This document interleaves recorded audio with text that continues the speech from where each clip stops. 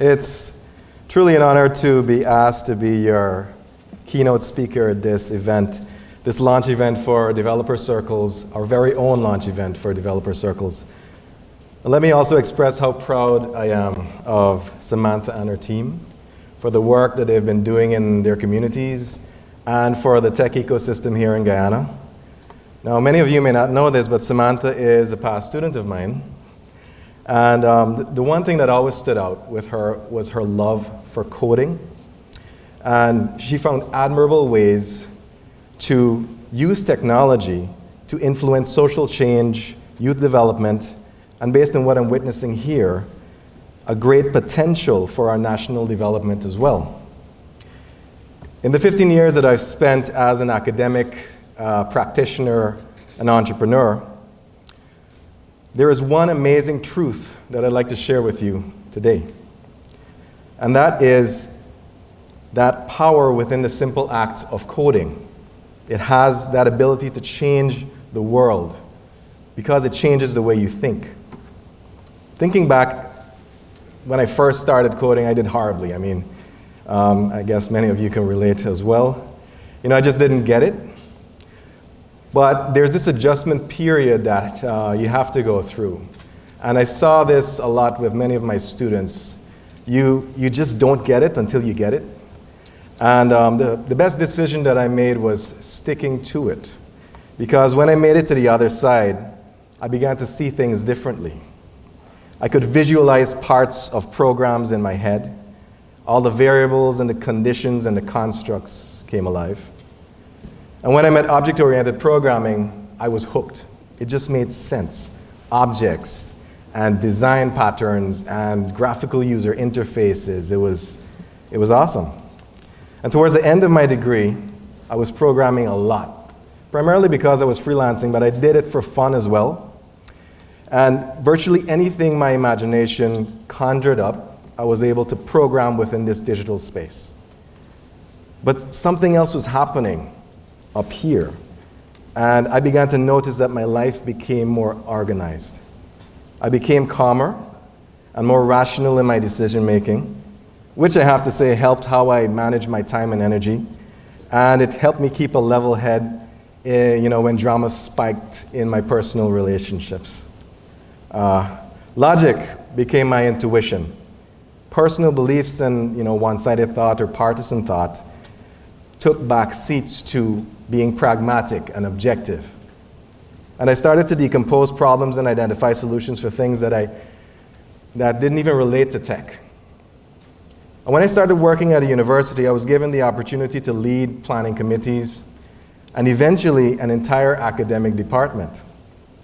It was here that I realized that I was entirely relying on my software engineering experience. It was a perfect fit. As a matter of fact, I think in retrospect, that it's better than perfect, and it was better than any management course could have given me at that time. And around the time I had plateaued in programming, and I decided to start building teams instead, which functioned to me like well-designed software components. I engineered a culture which I thought would be ideal for a self-preserving, high-performing collective. And it worked really, really well. Soon enough, I started building companies, as well as others, around me that inspired me to take that entrepreneurial stage. I started looking at ways in which I can use technology to make a difference. That hungry coder in me became fixated on social entrepreneurship in the tech space, because I saw problems that could be solved with the right engineering of movements and ecosystems that positively impact lives through tech. But I'm not unique. It was coding that actually changed me. And along the way, I met a lot of other individuals who were inspired and changed by coding as well. And I work with many of them today. Based on a study published in 2013, it was found that the demanding and learning-centric nature of programming makes sharper minds and improved mental models. Dijkstra, one of the greats in computer science, said, "The tools we use have a profound influence on our thinking habits, and therefore on our thinking abilities." What's more is that the gathering of programmers has something else to teach us about their importance to society. There's something very special about the work environment in thriving tech companies. Just take Facebook and Google, for example. They have, relaxed dress codes and working hours. Hardly any walls that separate co-workers. They have comfy furniture and rec rooms. And above all, they have the freedom for their co-workers, their employees, to explore, collaborate, and innovate. It's as if they took the typical corporate model, threw out all the things that really didn't make sense in terms of productivity, and redesigned the whole thing to become team-centric. This free-form tech ecosystem makes minds relaxed, creative, and always in discovery mode for consistent personal and professional growth. In most of these healthy team-centric ecosystems, tech ecosystems, developers also become more emotionally intelligent, and I've seen this with my own team. Because to coexist and build together, you have to understand each other. Developers think differently. It comes with the profession. Abilities such as foresight, critical thinking, evidence-based decision-making are all practiced routinely as they solve complex computing problems in cohesive team-based environments as they deliver solutions to the world. Though not widely recognized, tomorrow's quality leaders exist in today's developers. Our programmers, software engineers, tech innovators. These are the people who build our technological tomorrow.